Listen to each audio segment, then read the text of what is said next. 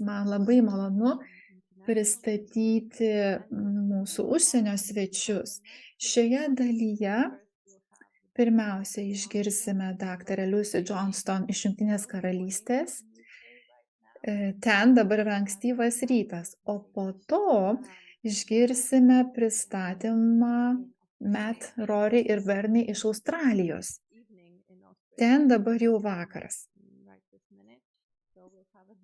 Taigi bus labai įdomu matyti skirtingas laiko juostas šioje mūsų dalyje. Taigi labai malonu pristatyti daktarę Lucy Johnston. Ji kalbės apie galios, grėsmės ir prasmės struktūrą. Tai yra konceptualiai kitokia alternatyva distreso diagnostikos modeliams. Ir mes kalbėsime apie klinikinę praktiką, dirbant su suicidiškais asmenimis. Daktarė Lucy Johnston yra klinikinė psichologė, konsultantė ir nepriklausoma lektorė bei rašytoja Jungtinėje karalystėje. Ji dirbo labai ilgai psichinės sveikatos ligoninėse su suaugusiais. Ji taip pat Bristol klinikinės psichologijos katedroje dirbo labai ilgai. Ji labai parašiusi daug knygų ir straipsnių apie psichiatrinę diagnozę, traumą. Ji taip pat parašė gerosios praktikos gidą dėl psichologinės formulės naudojimo. Ji taip pat dabar dirba su Jungtinės karalystės psichologų ir psichinės sveikatos darbuotojų grupė, kuri kūrė konceptualiai kitokią alternatyvą distreso diagnostikos modeliams. Todėl labai džiugu sveikintis su ją ir pasiklausyti iš jos, kaip ši struktūra gali būti pritaikyta klinikinėje praktikoje. Taigi pristatau ponę daktarę Lucy Johnston. Dėkoju už pristatymą, man labai didelė garbė dalyvauti šioje konferencijoje. Aš nesu labai įgudusi technologijų naudotoja, pasistengsiu dabar paleisti savo skaidres. Taigi, aš jas matau, tikriausiai ir jūs matote. Ar matote mano skaidres? Puiku.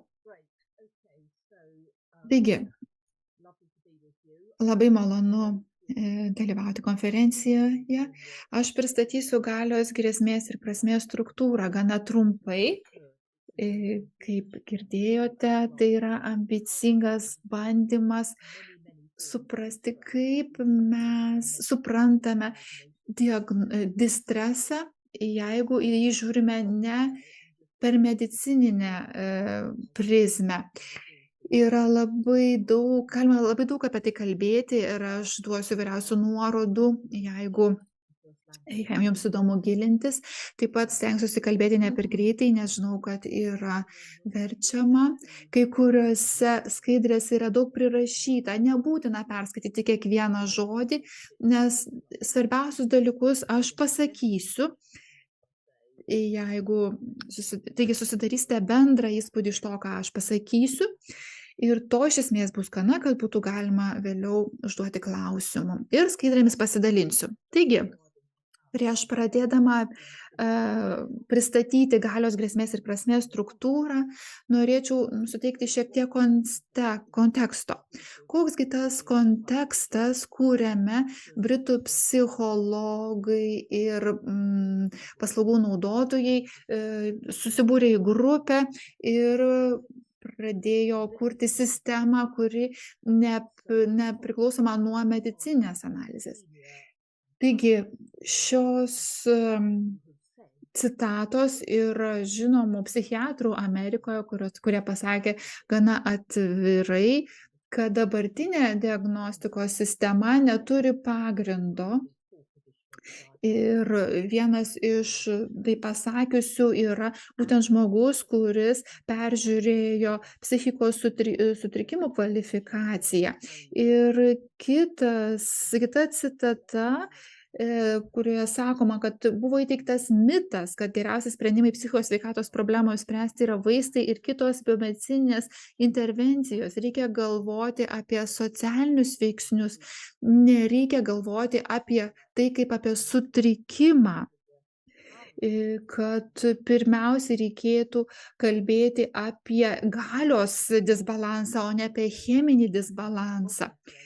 Labai garsus psichiatras iš Lietuvos atliko labai svarbių darbų ir parašė straipsnių, turėtume didžiuotis juo, jeigu esate lietuviai. Jis irgi susidūrė su kritika ir opozicija, bet jis pasakė labai svarbių dalykų ir Jungtinėje karalystėje irgi buvo išspausdintas jo straipsnis, kaip matote, ir ne tik Jungtinėje karalystėje, visur pasaulyje. Taigi jisai vienas lyderių, kuris prašo keisti požiūrį į tai, kaip mes suprantame distresą. O čia vienas iš naujesnių straipsnių, kuris remiasi ankstesniais projektais, iniciatyvomis visame pasaulyje. Jis buvo išspausdintas prieš keletą mėnesių šiais metais.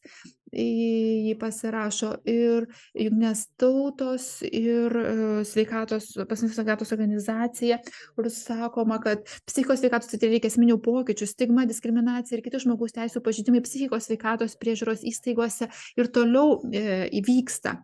Ir taip pat yra sakoma, kad psichikos sveikata ir gerovė yra glaudžiai susijusi su socialinė, ekonominė ir fizinė aplinka, taip pat su skurdu, smurtu ir diskriminacija.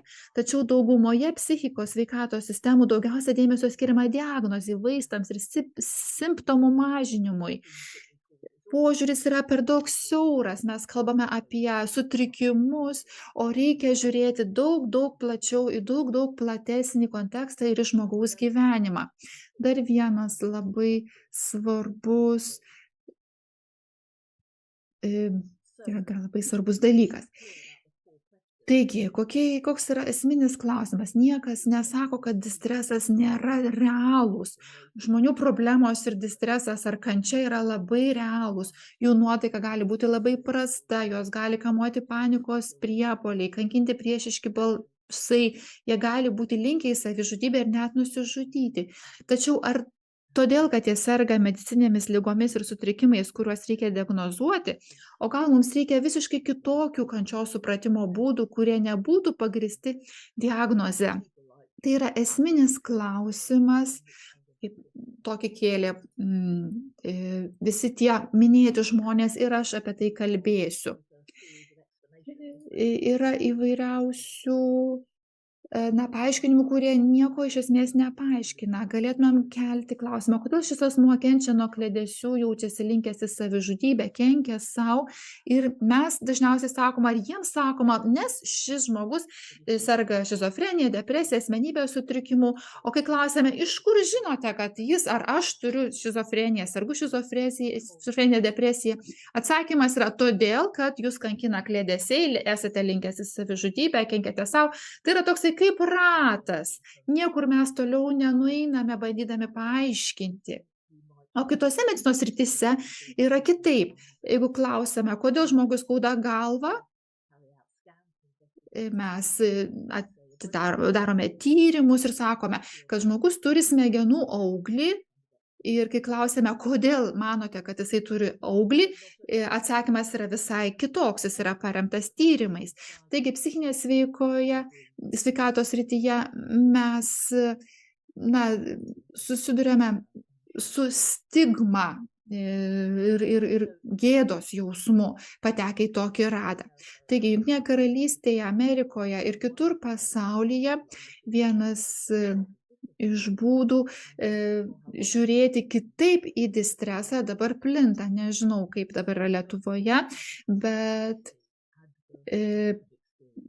daug yra kalbama apie vaikystės patirtis, neigiamas patirtis.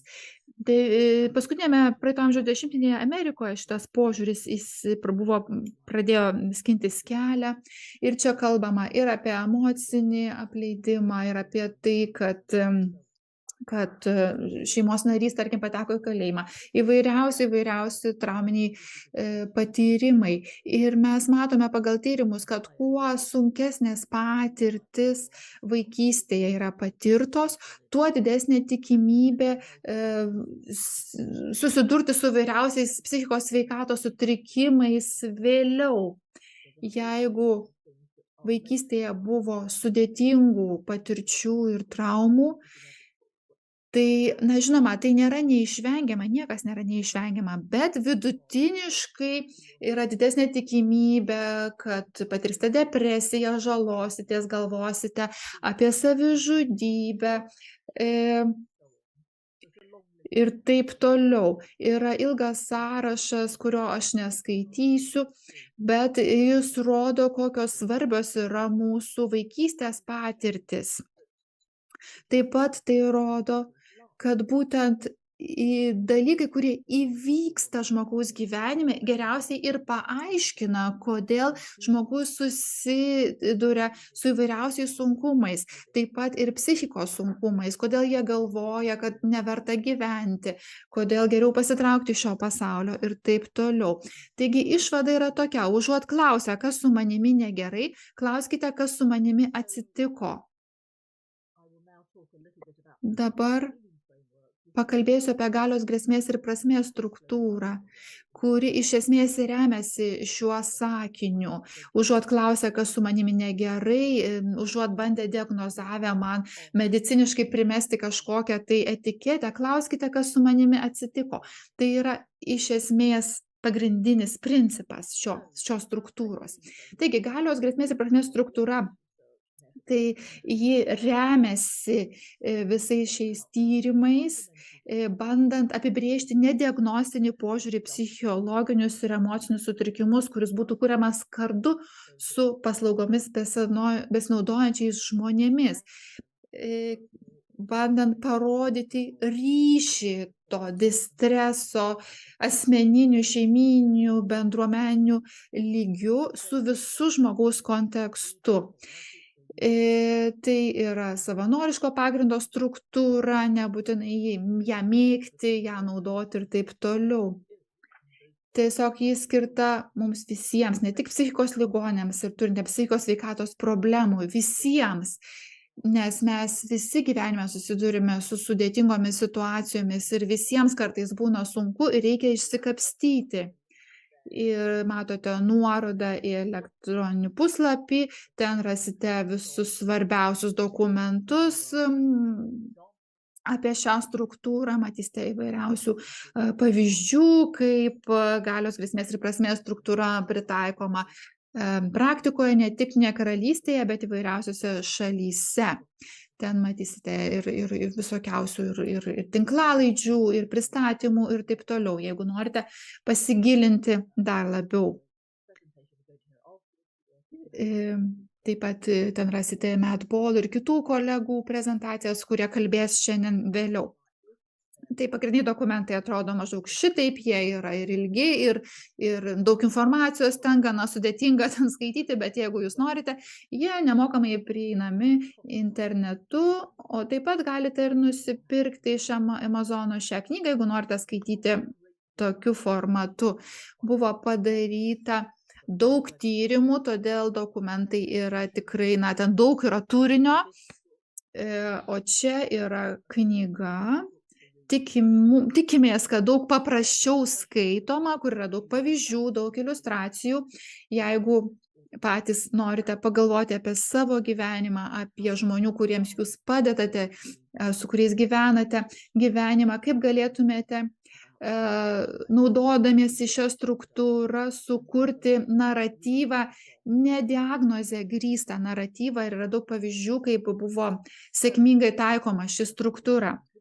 Taigi čia žmonės, kurie prisidėjo prie šio proceso, čia yra ir psichiatrų, psichologų, ir tų, kurie patyrė panašią situaciją. Eleanor Longren, David Pilgrim, tai yra žmonės, kurie pakliuvo į psichiatrinį ligoninę, bet jiems pavyko išsikapstyti ir atsikratyti tų etikečių. Maždaug 40 žmonių dalyvavo, maždaug trečdalis jų buvo buvę psichiatrinių ligonių ligoninėse. Finansavo Britų psichologijos draugija šį tyrimą, bet tai nėra oficialiai jos pozicija. Šitas modelis, jis nėra privalomas, jis yra savanoriško taikymo. Prieš 6 metus buvo įspausdintas straipsnis apie šį modelį ir susidomėjimas buvo labai didelis. Čia sąrašas šalių, jis nėra pilnas sąrašas. Tai yra šalis, kuriuose lankiausi aš arba kiti mūsų grupės nariai. Lietuva irgi čia yra, Vilniuje su kolega Lietuvoje buvome rugsėjo mėnesį 22 metų, buvo labai įdomu susitikti ir su jumis.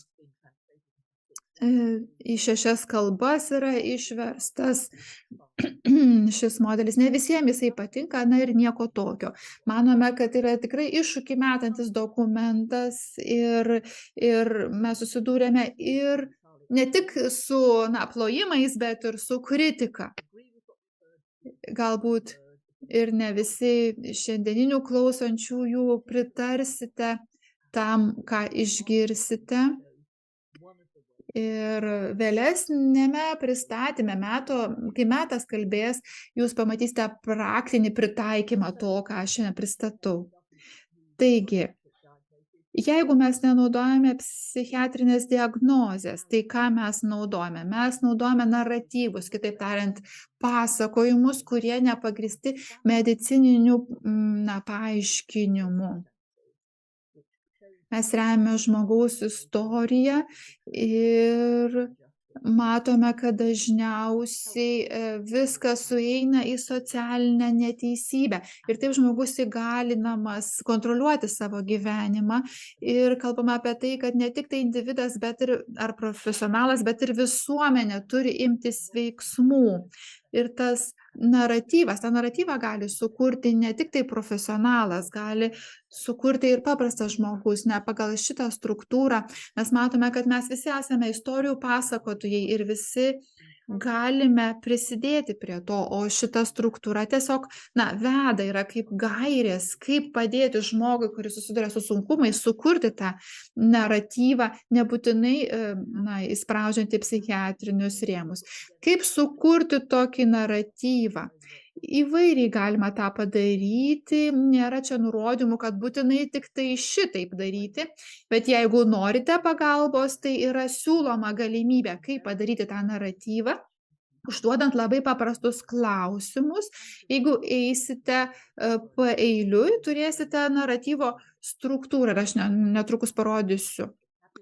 Nebūtinai turite naudoti tokias formuluotės, nebūtinai tokia tvarka turite užduoti klausimus, galite bet kaip adaptuoti, bet iš esmės reikia galvoti, kas tau nutiko, kaip tavo gyvenime veikia galia, kaip tai tave paveikė, kokių grėsmių tai sukėlė ir ką tau tai reiškia, kokia ši išgyvenimų prasmė tau ir ką darai, kad išliktum gyvas. Kitaip tariant, kokį grėsmės atsaką tu naudoji.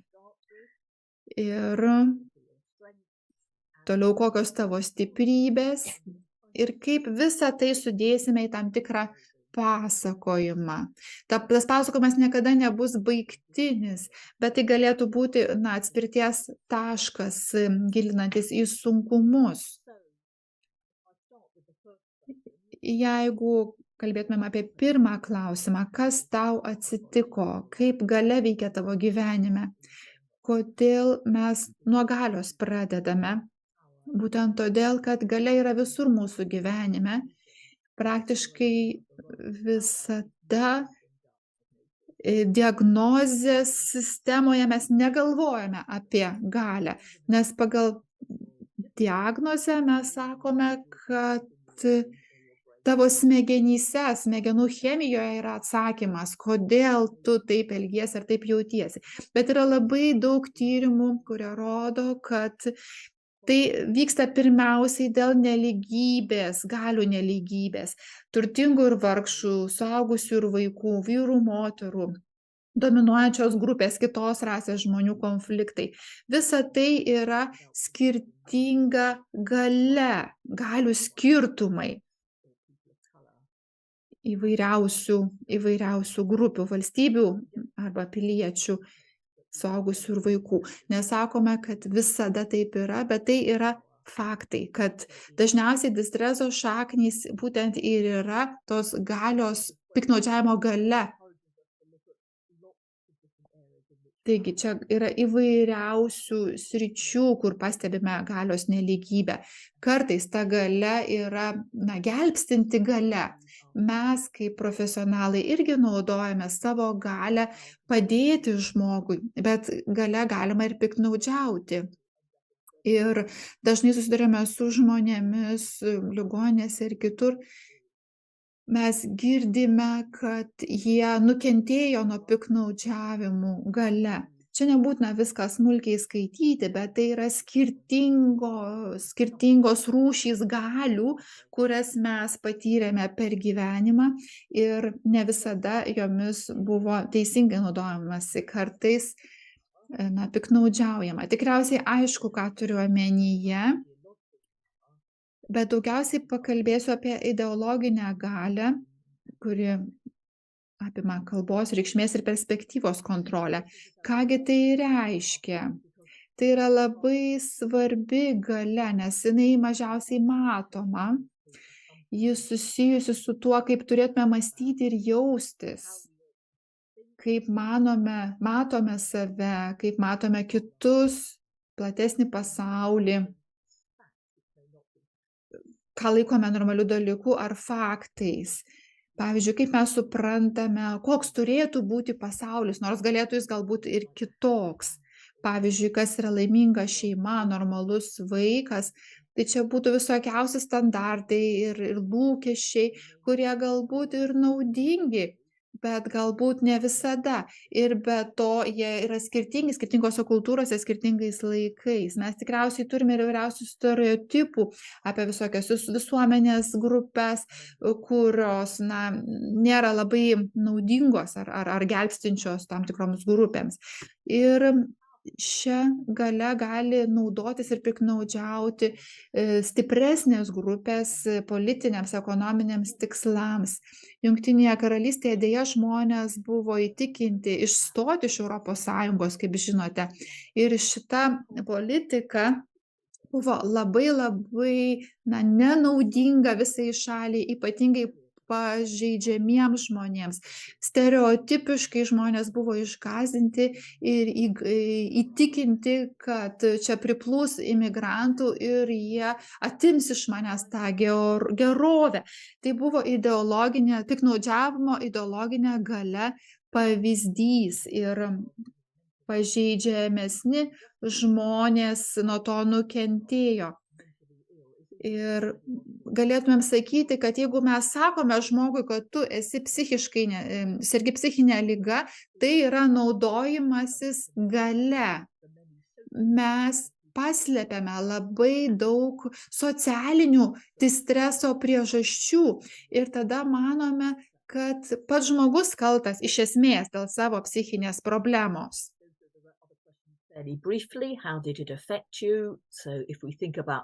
Kitus klausimus peržiūrėsiu labai greitai. Kaip tai įtakojo jūs? Kai galvoji apie galią, tai bet kokiu atveju atrodo, kad tai kelia grėsmę tavo santykiams, tavo ekonominiai būkliai, tavo santykiams, galbūt tai yra grėsmė tavo aplinkai arba tavo kūnui.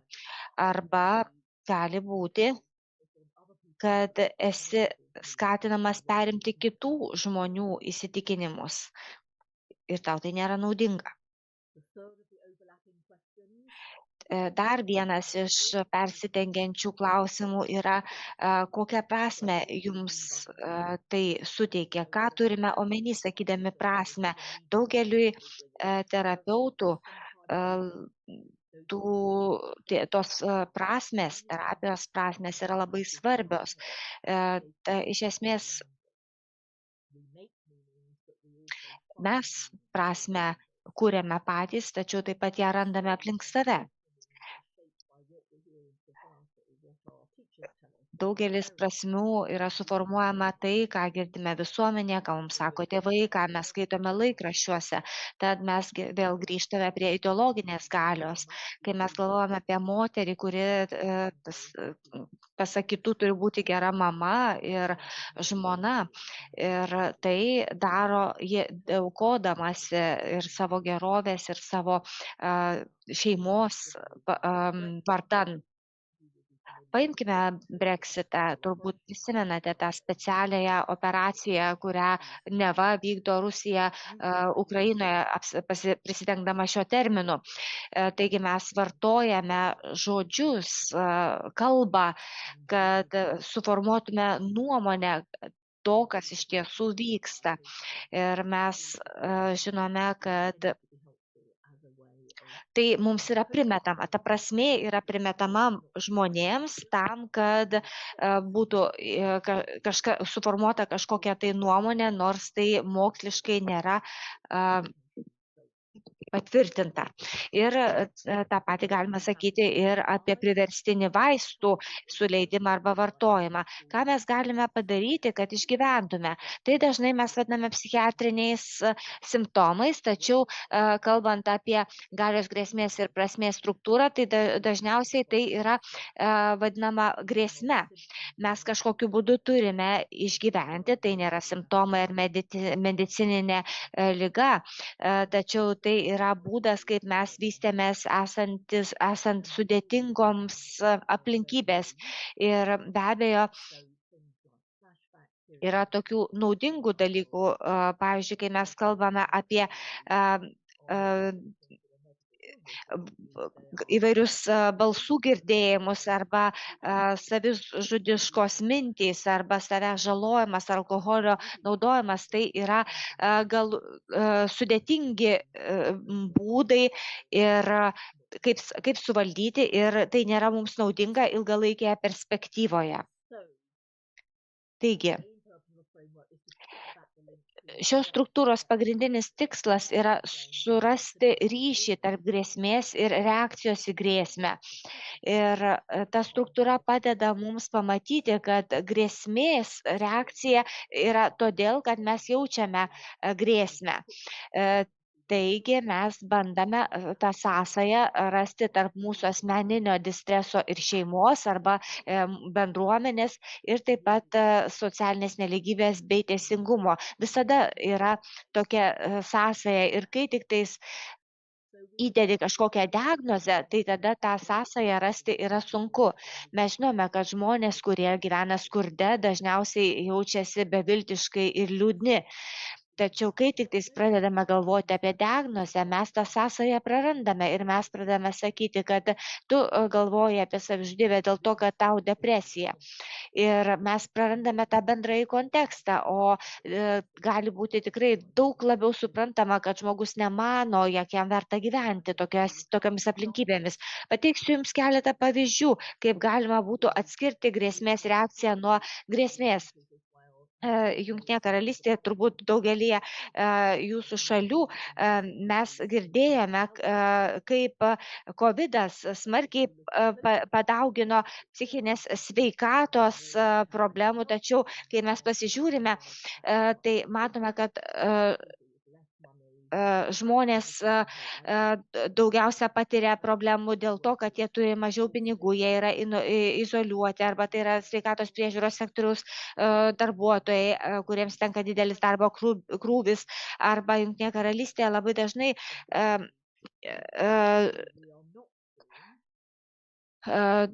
kyla problemų žmonėms šiuose patiriantiems šios krūvius. Taigi matome, kai COVID-as atsiranda, tai parodo, kokia neligybė yra mūsų visuomenėje. Ir dėl to labiausiai kenčia žmonės, kurie patiria neligybę ir neteisingumą.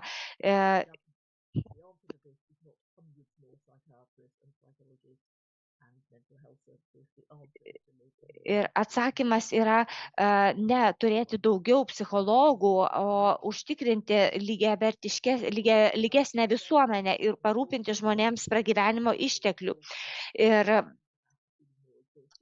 žmonės, kalbant įprasta kalba, yra labiau išsekę, nusiminę ir nerimastingi, jaučiasi, tačiau bendras vaizdas yra toks, kad gyventojai iš esmės yra atsparus ir tai ne psichikos sveikatos problemų pandemija, kurios turime bijoti, o psichikos sveikatos mąstymo pandemija.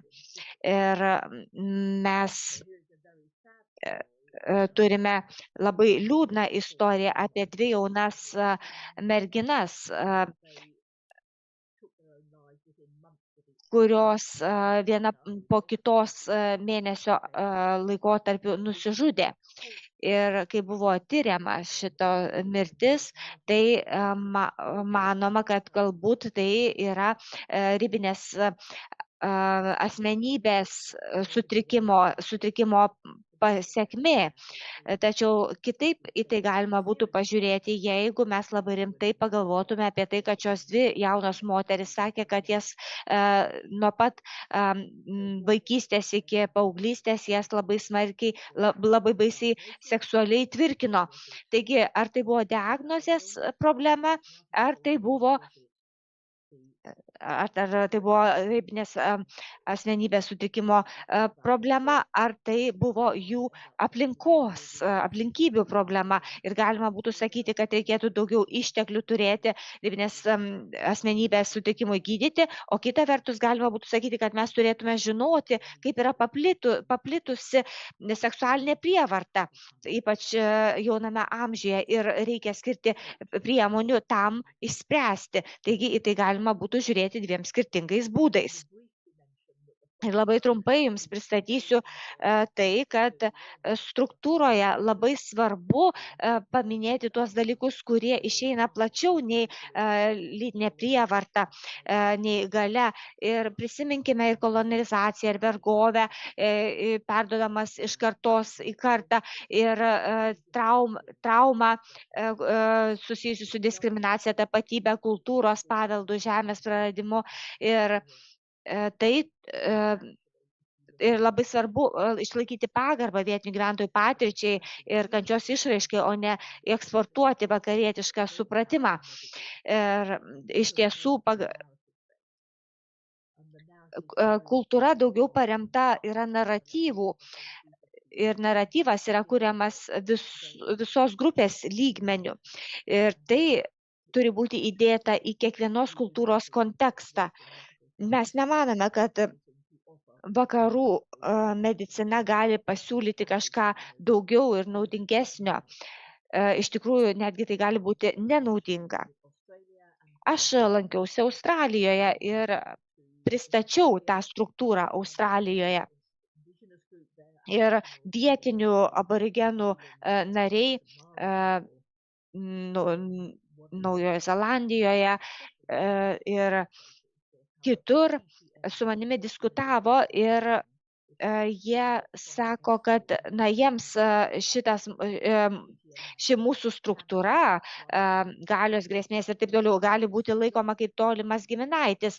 Tačiau tai palaiko vietinių gyventojų supratimą ir tai yra tikrai naudinga abipusiai. Mes negalime primesti kažkokių įsitikinimų skirtingai kultūrai. Dabar trumpai pakalbėsiu apie kitus aspektus ir modelius, kitus šio modelio aspektus. Tai yra bendrieji modeliai ir jeigu mes iki šiol kalbėjome apie istorijos konstruktą, tai istorijos neįvyksta vienas lygmeniu, tai atsitinka grupės, bendruomenės, šeimos lygmeniu, visuomenės lygmeniu. Taigi, kaip mes kuriame savo vienam asmeninę istoriją iš dalies, remdamiesi tomis istorijomis ir prasmėmis ir naratyvais, kuriuos mes girdime aplink. Taigi, struktūra stengiasi įžvelgti, kaip gali atrodyti bendros istorijos ir naratyvai konkrečioje visuomenėje, konkrečiu metu. Ne tam, kad mes įdėtume į tam tikrą rėmą žmonės. Ką daro tie diagnozė? Mes norime, kad žmonės pradėtų galvoti apie savo istorijas platesnių kontekstų. Ta istorija gali būti aktuali visos visuomenės lygmenių. Mes tikimės, kad tai gali būti naudinga žmonėms, kad jie suvoktų, kad tai yra ne tik mano istorija, dėl kurios aš esu kaltinamas ar jaučiuosi nenaudingas. Ir kiti žmonės pereina per panašias patirtis ir kiti žmonės taip pat gali pakeisti tą prasme ir kitaip pradėti suprasti tą istoriją ir situacijas. Taigi, aš jums pateiksiu pavyzdį. Tas pavyzdys yra susijęs su savižudybe. Labai atsiprašau dėl vartojamų žodžių, čia yra tiesiog ištrauka iš šito modelio. Jungtinėje karalystėje mes turime didelį savižudybių skaičių ir savižudiško jausmo tarp vidutinio amžiaus grupės vyrų. Ir kiekvienas atskiras vyras yra bendros istorijos dalis. Ir jie galvoja, kad neverta yra gyventi. Mes pasistengėme tą istoriją suformuluoti taip, kad ji tiktų ne tik vienas prie vieno lygmenių, bet aišku, visur yra asmeniškumų, tačiau kad tai būtų tinkama visai visuomeniai. Taigi, Jungtinėje karalystėje yra labai daug tyrimų, rodančių, kad vidutinio amžiaus vyrų grupėje savižudybė, o ypač jeigu jie ekonomiškai nepasiturintys, pažeidžiami, tai gali būti atotrūkio, gėdos, bejėgiškumo, pralaimėjimo, įkalinimo ar įspeistumo, bevertiškumo, praradimo jausmo dalis. Žmogus jaučiasi nemylimas, nesvarbus ir jie yra pasiekę to jausmo kulminaciją. Ir kai pradedame galvoti apie tai, iš kur tai kyla, tai matome, kad tai yra jų vaikystės patirtis. Jie turėjo, jaunystėje įgijo tam tikrą supratimą apie vyriškumą ir vyro vaidmenį. Ir galbūt dažnai neturėdami reikiamos kompetencijos, jie jaučiasi emociškai atsiskyrę savo partnerystę ar šeimoje, ir ypač jeigu jos išyra, tada jaučia didelę gėdą, nesėkmę, jeigu ypač netenka darbo, negali pasirūpinti savo šeimą. Ir kai kurie vyrai gali gyventi vieni, neturėdami arba turėdami mažai patirties, kaip pasirūpinti savimi, jie negali gyventi vieni, nežino, kaip susidoroti su emociniais sunkumais ir šie sunkumai gali būti ilgalaikiai, gali būti įveikiami be paramos ir šiuo atveju jiems distresas tampa tikrai per didelis ir tuomet prasiveržia ir tampa nepakeliamas. Ir šiuose aplinkybėse tai gali būti taikoma ir atskiram vyrui, bet ir visai vyrų grupiai. Ir tai gali būti įvardėjama kaip bendros aplinkybės ir tai gali suformuoti bendrą prasme, bendrą gėdos ir nevilties suvokimą. Ir kai mes žiūrime į galią, tai Jungtinėje karalystėje šitos prasmės iškyla esant specialiam socialiniam ir ekonominiam kontekstui ir labai smarkiai keičiantis visuomenį per pastarosius 60 metų. Ir buvo pereita nuo prieškarinės prie liberalios pokario kultūros ir šitas poveikis lėmė vyrų ir moterų socialinės padėties pokyčius, tradicinių lyčių vaidmenų lūkesčių ir šeimos struktūrų griūtį, ekonomikos ir restruktūrizavimą ir tradiciškai vyriškų pramonės šakų nuosmukį. Po 2008 metų Jungtinėje karalystėje buvo įvestos taupimo priemonės ir tai lėmė labai didžiulį nedarbo lygį ir tai buvo didžiulis spaudimas ir sumažėjo socialinė parama. Tai šių įvykių sankloda ir sukėlė specifinių iššūkių vidutinio amžiaus vyrų tapatybėms ir socialiniam statusui, kurie dar labiau paaštrėjo, kai jie užėmė ekonomiškai socialiai nepalankes pozicijas. Ir jie jautė, kad nėra jokios išeities ir jie nenorėjo ieškoti pagalbos. Taigi, suprantant šitą platesnį kontekstą, tai gali padėti ir žmonėms, kurie taip jaučiasi, vyrams, kurie taip jaučiasi ir tiems, kurie su jais dirba, suprasti, kad tai nėra tavo kaltė. Aišku, situacija labai sunki, jinai turi labai gilias šaknis. Ir tai gali būdas, kaip mes galėtume mesti iššūkį tokioms prasmėms. Mes turime atsisieti nuo įspeistumo jausmo, bejėgiškumo jausmo, gėdos jausmo. Taigi, galime galvoti ir apie kitus pavyzdžius. Pavyzdžiui, galima būtų kurti kitokią galios, grėsmės ir prasmės istoriją. Mes turime Amandą Griffiths, kuri naudojo šitą struktūrą galios, grėsmės ir prasmės, kad sukurtų būdą, kaip pakeisti tą istoriją. Ir tai tampa tikrai gyvenimu keičiančiu procesu. Tai padeda transformuoti situaciją. Nesitikėjau, kad ši sistema suteiks man galimybę susigrąžinti savastį, nes pradėjau gyvenimą keičiantį procesą. Iš paslaugų vartotojo, su kuria klijuojama menkinanti asmenybės sutrikimo etiketė, tapau stiprią, nepriklausomą išgyvenančią asmenybę, kuri kontroliuoja savo gyvenimą. Ir aš trumpai papasakosiu tą istoriją. Ji jautė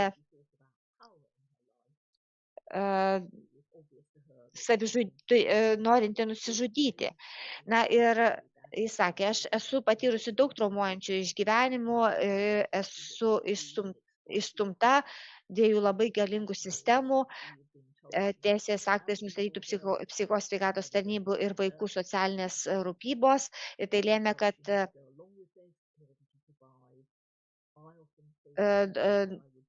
du specialistai vyrai pasinaudojo savo pasitikėjimo galios ir valdžios padėtimi, kad mane prievartautų ir seksualiai išnaudotų. Ir vėliau šios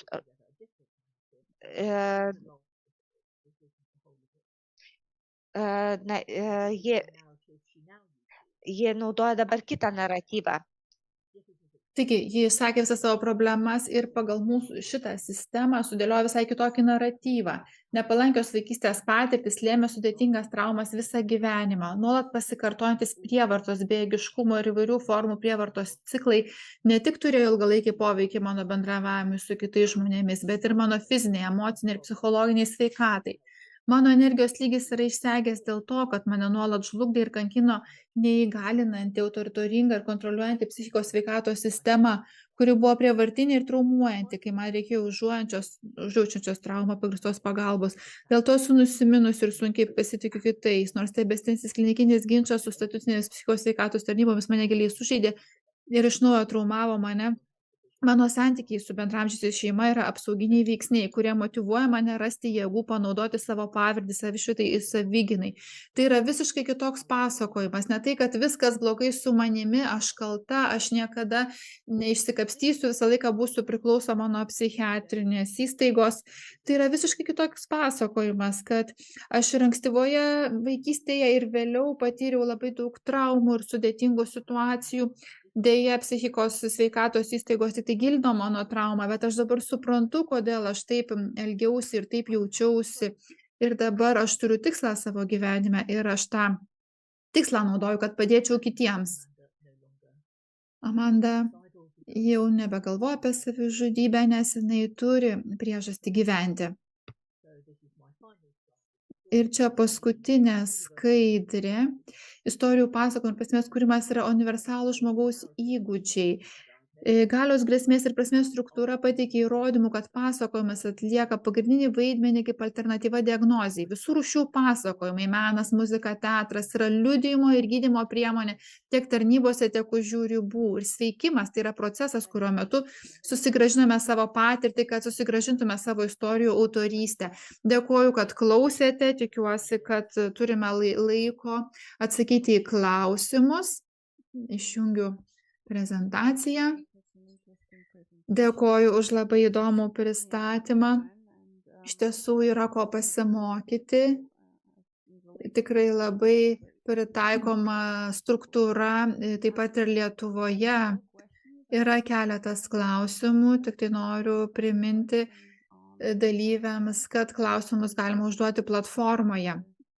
Aš juos perskaitysiu Liusi. ir pasistengsime atsakyti. Visų greičiausiai nespėsime, bet bent jau keletą. Yra klausimas apie biologinius faktorius, perskaitysiu. Šioje struktūroje man trūksta biologinių faktorių, kaip biologinėme modelyje neįtraukiami psichologiniai faktoriai. Tikriausiai turėtų būti ir viena, ir kita įtraukta, nes žmogus juk yra biopsichinė būtybė, ne? Dėkoju, labai įdomus klausimas. Mano pristatymas buvo trumpas ir neįsigilinau į kai kuriuos dalykus, bet trumpas atsakymas taip, į šitą struktūrą įtraukta ir biologiniai faktoriai. Tiesiog, vakarietiškame pasaulyje yra tokia skirtis liktai tarp biologijos ir psichikos. Žinoma, kad biologija yra labai svarbi ir mes ją atsižvelgėme, nes mes remiamės literatūra apie traumą, apie tai, kaip žmogaus kūnas reaguoja į traumas ir stresą. Ir mes tikrai dabar daugiau žinome apie streso hormoną, apie tą būseną, kai žmogus budi, nes bijo, kad kažkas baisaus gali atsitikti. Čia kalbama ir apie nuolatinius prisiminimus baisaus įvykio, atmintį. Liktai mes ir apie tai negalvojame, bet kūnas prisimena. Taigi kūno vaidmuo yra labai svarbus ir tos terapijos yra labai naudingos. Skirtumas tarp mūsų supratimo ir medicinio modelio supratimo, tai yra du dalykai. Mes sakome, kad nėra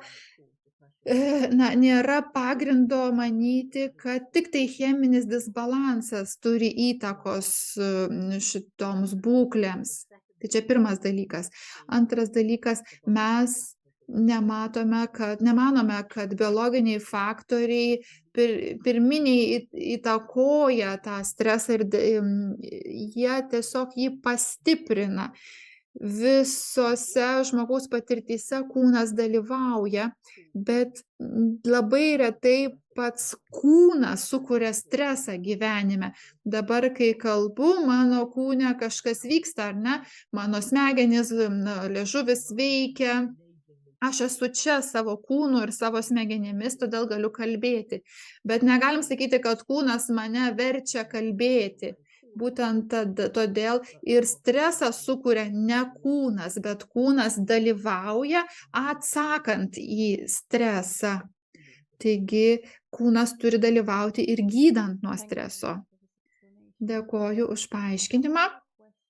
Yra dar vienas klausimas apie šį modelį, šiek tiek platesnis. Ar galime sakyti, kad sistema stengiasi išvengti ar užsimerkti prieš žiaurią tikrovę ir tiesiog pasiremia diagnoze? Ar galima taip sakyti? Deja, tai būtent taip ir yra. Man visą laiką kilo dvejonių, kodėl mes naudojamės diagnostiniu modeliu, nors jisai neveikia.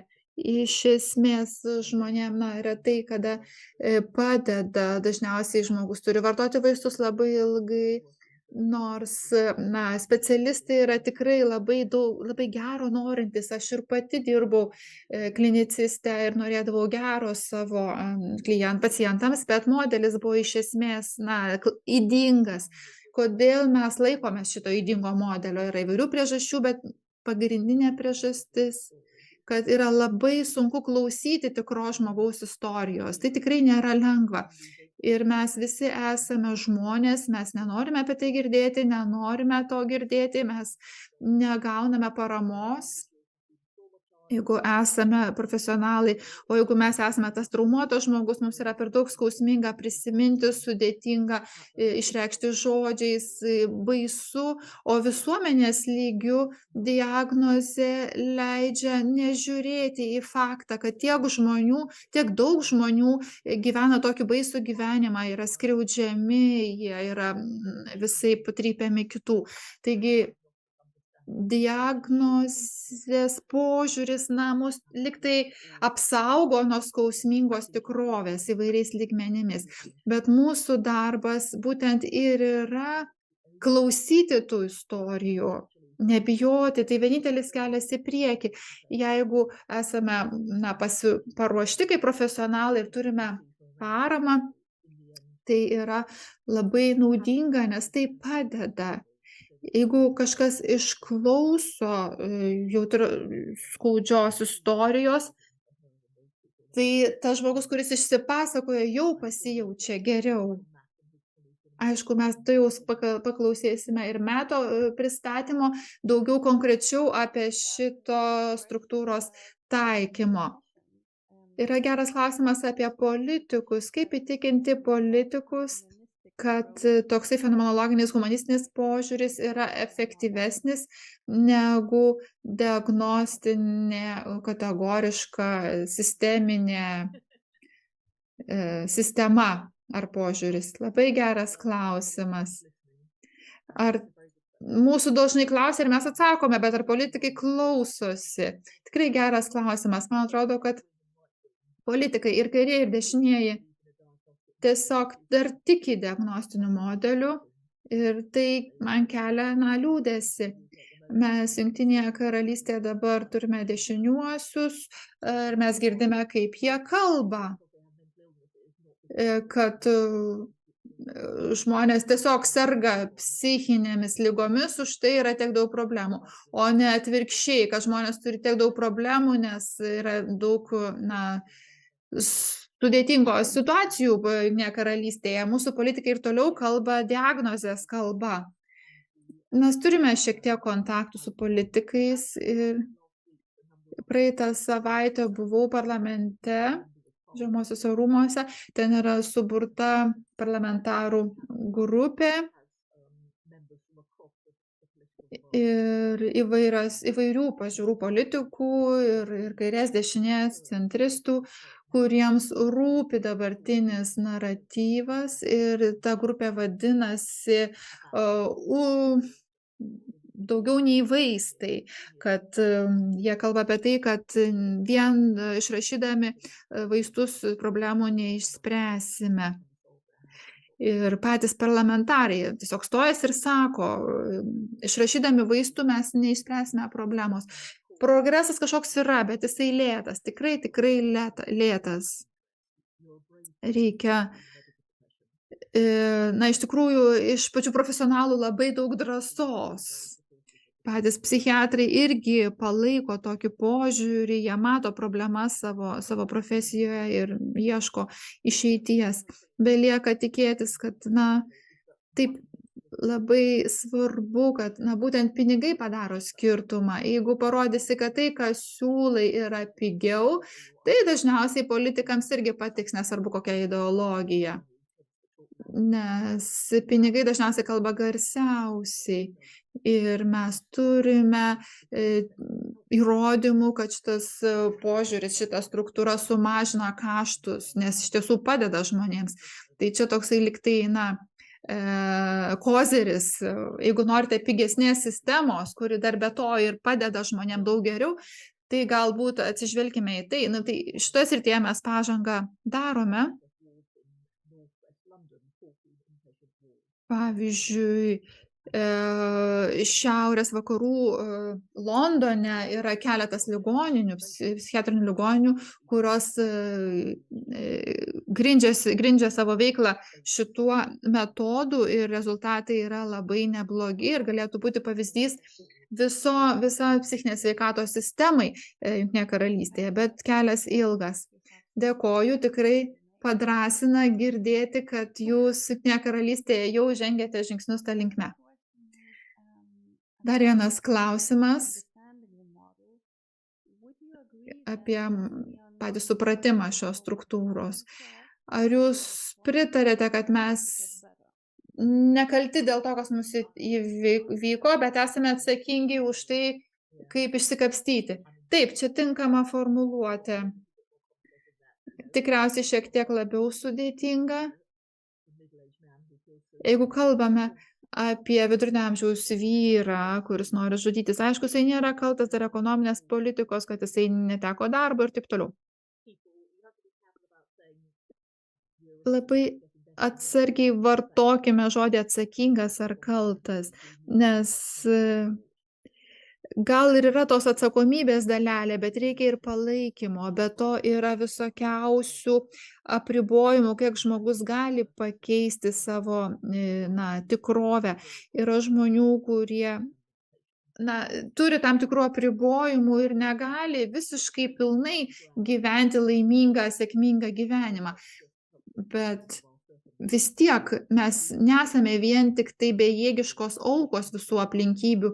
Mes turime tam tikros galios keisti savo gyvenimą, bet aišku, tos galimybės irgi yra ribotos.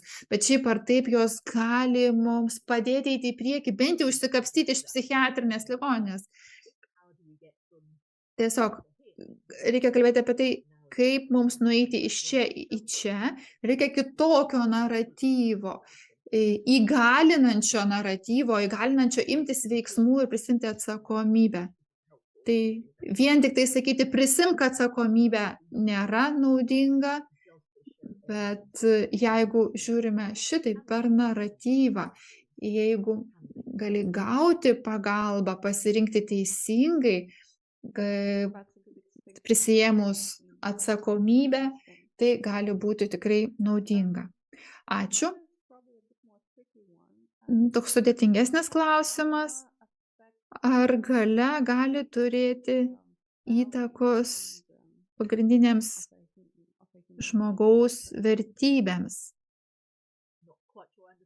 Nežinau, ar supratau. Ar galia gali turėti įtakos tam, ką žmogus vertina? Žinoma.